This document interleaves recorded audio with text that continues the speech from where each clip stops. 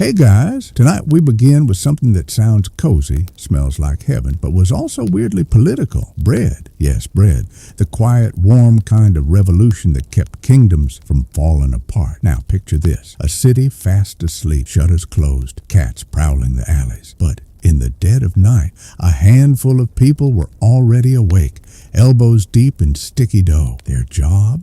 To make sure the rest of the city didn't riot in the morning. Because no bread meant no breakfast, and no breakfast meant angry nobles, cranky peasants, and possibly the downfall of society. That's how much power midnight bakers had without ever wearing a crown. And here's the hook. Sometimes a single loaf of bread could trigger chaos. A bad crust? That could get a baker flogged. A noble's breakfast roll a little too stale? Someone might end up accused of treason. The life of bakers. There were bakers who slept with knives under their pillows, guild inspectors who measured loaves with wooden sticks, and kings who treated bread prices like matters of national security.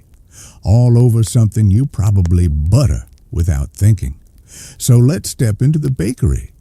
The fire is already crackling, shadows dance on the walls, and a tired man, or sometimes a woman, is kneading rhythm into silence. These people lived backwards. While the city slept, they sweated. And when everyone else finally woke up, they were already exhausted. Bakers weren't just making food, they were making order. Nobles wanted their breakfast breads delicate, perfumed, shaped into crowns, sometimes even stamped with family crests. Because, of course, nothing says, "I'm important," like eating a roll with your initials on it. Peasants, on the other hand, just wanted something that didn't chip a tooth. The dark side of bread. Either way, the baker stood in the middle, one bad batch away from being loved or hated. And yes, there were scandals. Bakers accused of slipping poison into pies. Loaves baked with hidden notes passed between lovers or conspirators.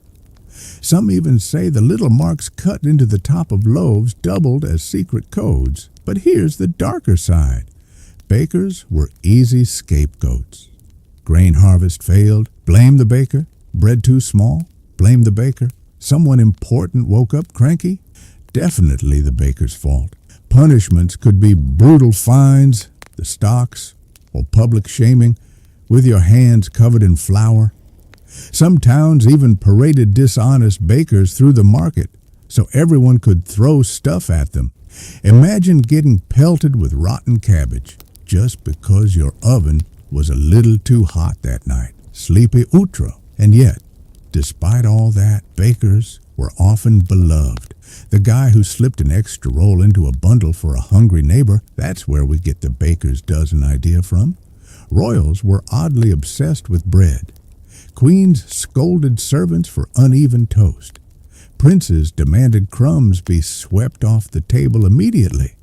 Festivals meant giant loaves baked to impress crowds, sometimes as big as furniture. In sieges, bakers became survival strategists, baking with roots or acorns when grain ran out.